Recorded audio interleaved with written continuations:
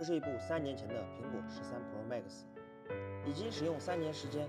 同城客户拿过来更换电池的。客户描述说，手机电池效率只有78%了，电池使用不到一会儿就没电了，并且有时候会出现发热卡顿现象。客户说自己刷抖音的时候刷到了我们，今天刚好到了附近，把手机拿过来换块电池，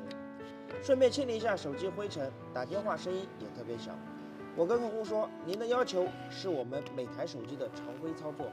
更换电池我们采用的是移植电芯方案，不仅能显示健康度，而且还不会有未知部件提示。